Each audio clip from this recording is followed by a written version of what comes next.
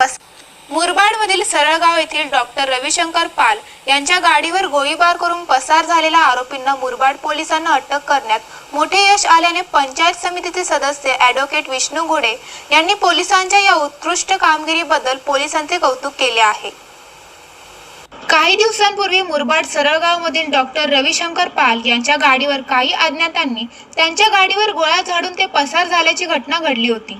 या प्रकरणी मुरबाड पोलीस ठाण्यात अज्ञातांविरोधात गुन्हा दाखल होऊन तपास सुरू होता। त्याचबरोबर मुरबाडचे पंचायत समिती सदस्य ॲडव्होकेट विष्णू घोडे यांनी या घटनेबद्दल आवाज उठवत मुरबाड पोलीस ठाण्यात अज्ञात आरोपींना लवकरात लवकर अटक करावी या संदर्भात लेखी निवेदन देऊन रास्ता रोको करण्याचा इशारा देखील दिला होता।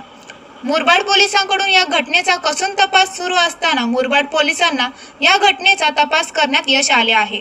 या प्रकरणी पोलिसांनी 4 आरोपींना अटक केली असून आणखी 2 फरार आरोपींचा कसून शोध सुरू आहे। या केलेल्या कौतुकास्पद व उत्कृष्ट कामगिरीबद्दल पंचायत समिती सदस्य विष्णू घोडे यांनी पोलीस अधिकारी व कर्मचारी यांचे कौतुक करत त्यांचे आभार व्यक्त केले आहेत। तसेच यानंतर देखील सरळगाव विभागात असे गुन्हे अनुसूचित प्रकार होऊ नये यासाठी योग्य ती यंत्रणा राबवावी अशी देखील विष्णू घोडे यांनी पोलीस प्रशासनाला विनंती केली आहे।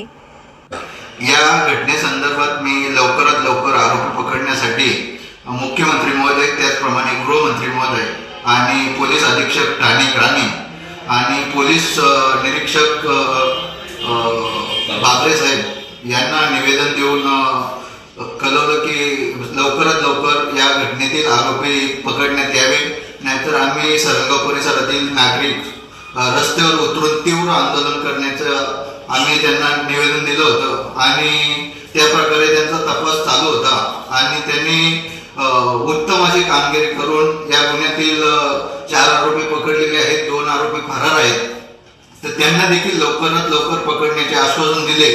त्याबद्दल मी प्रथमतः सर्व पोलीस डिपार्टमेंटचे सर्व अधिकाऱ्यांचे मनापासून अभिनंदन करेन आणि येथून पुढे सरळगाव परिसरात अशा प्रकारच्या घटना घडल्या नाही पाहिजेत यासाठी त्यांना मी निवेदन देणार आहे पुन्हा, आणि पुन्हा घटना घडल्या नाही पाहिजेत यासाठी सरळगाव परिसरात 24 तास 2 पोलीस शिपाई यांची नेमणूक करावी अशी देखील त्यांना विनंती केलेली आहे आणि त्यांनी आपल्याला सहकार्य करून लवकरात लवकर आरोपी पकडण्याचे आश्वासन दिले होते। त्याप्रमाणे त्यांनी त्यांचं काम केलं, त्याबद्दल मी सरळगाव परिसरातील नागरिकांच्या वतीने त्यांचं मनापासून अभिनंदन करेन।